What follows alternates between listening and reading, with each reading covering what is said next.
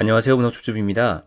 오늘 여러분의 손에 줘드릴 작품은 아모스 오즈의 나의 미카엘입니다. 오늘 처음으로 소개해드리는 이스라엘 작가 아모스 오즈는 1939년 예루살렘에서 태어납니다. 이스라엘이 독립을 선언하기 9년 전이죠. 그의 아버지는 철저한 시온주의자로 알려져 있는데요. 아모스 오즈는 이런 아버지에게 반발해서 15세에 이스라엘 집단 농장인 키부츠에서 살기 시작했죠. 대학에서 철학과 문학을 전공한 그는 교사 생활을 하면서 작품 활동을 병행합니다. 작가로서 그는 현대 이스라엘 문학을 대표하는 작가인데요. 매번 노벨문학상 후보로 거론되기도 했을 정도로 문학성을 인정받아온 작가입니다. 나의 미카엘은 1968년에 발표된 작가의 대표작입니다. 참혹했던 중동 전쟁에 참전했던 본인의 경험이 녹아있죠. 한나라는 이름의 주인공의 삶과 생각을 통해서 보편적인 인간의 모습을 확인할 수 있는가 하면 당시 이스라엘 사람들의 생활도 엿볼 수 있습니다. 특히나 한나와 미카엘의 결혼 생활을 통해서 현실적인 결혼 생활이란 어떤 것인지 생각하게 되죠. 주인공의 생각과 실제 사건이 교차 서술되기 때문에 읽기 쉽진 않지만 한 번쯤 읽어올 가치는 충분합니다. 이 작품에 등장하는 주요 인물들을 소개해드리도록 하겠습니다. 이 소설의 주인공은 한나란 이름의 여자입니다. 그녀의 연인이자 남편이 되는 미카엘이 등장하죠. 결혼 후 이들은 제각기 요람이란 소년과 야르데나라는 여자에게 한눈을 파는 모습입니다. 이들이 이 작품의 주요 등장인물입니다. 이 작품의 주요 줄거리를 소개하도록 하겠습니다. 문과대 1학년인 한나는 테라상타 대학에서 훗날 남편이 되는 지질학과 3학년 미카엘 고넨이란 남자를 처음 만나게 됩니다. 그녀와 겨울날 아침에 계단을 내려오다가 미끄러진 것을 미카엘이 잡아주었던 것이고 그것이 인연이 되어 두 사람은 만남을 이어가죠.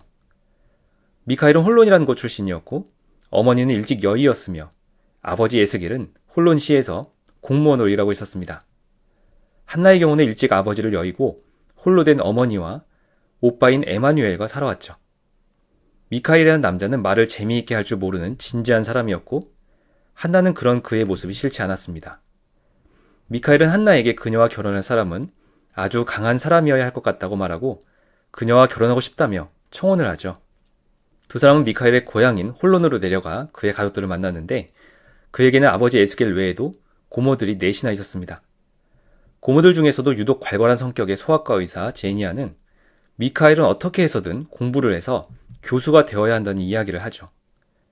그 후에 두 사람은 한나의 가족들도 만나고 그녀의 어머니는 한나가 좋은 아이라고 합니다.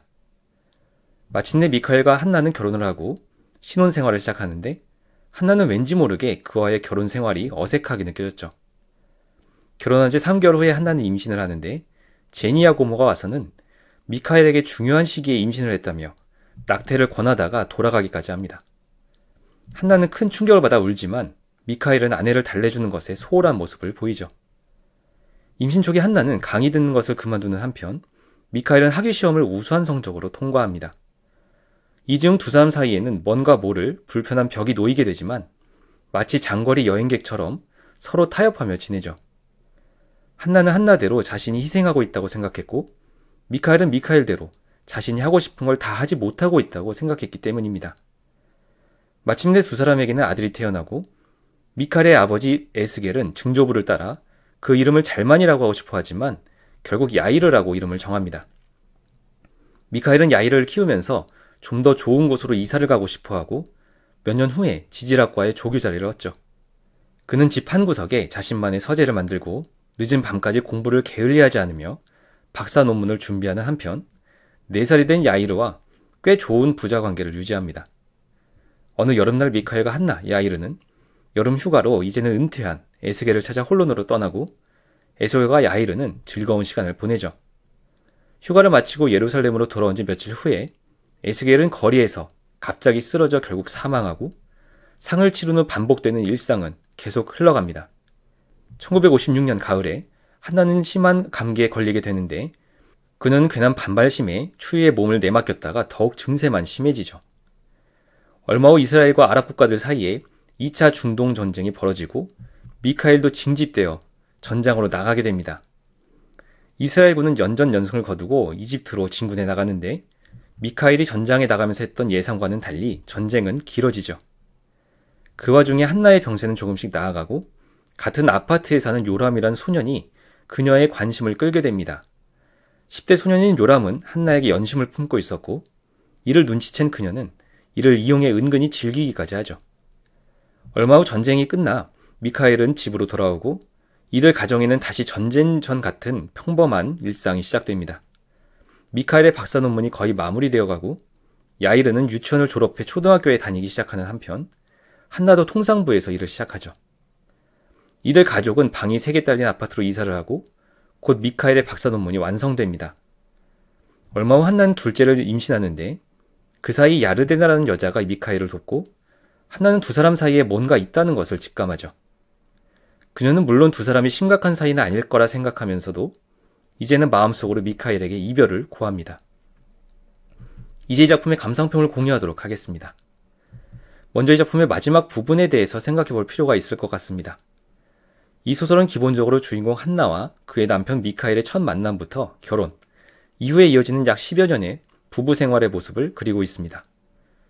부부의 이야기이기 때문에 이 작품에서 중점적으로 다루고 있는 내용은 한나와 미카엘 두 사람의 관계라고 할 수 있죠.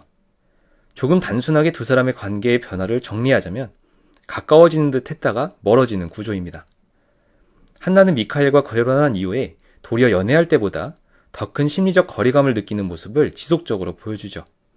그러다가 마침내 둘째를 임신하고 나서는 남편 미카엘에게 다음 문장처럼 작별을 구하는 인사를 하게 됩니다. 나는 그에게 작별을 구한다. 나는 관계되어 있지 않다. 포기한 것이다.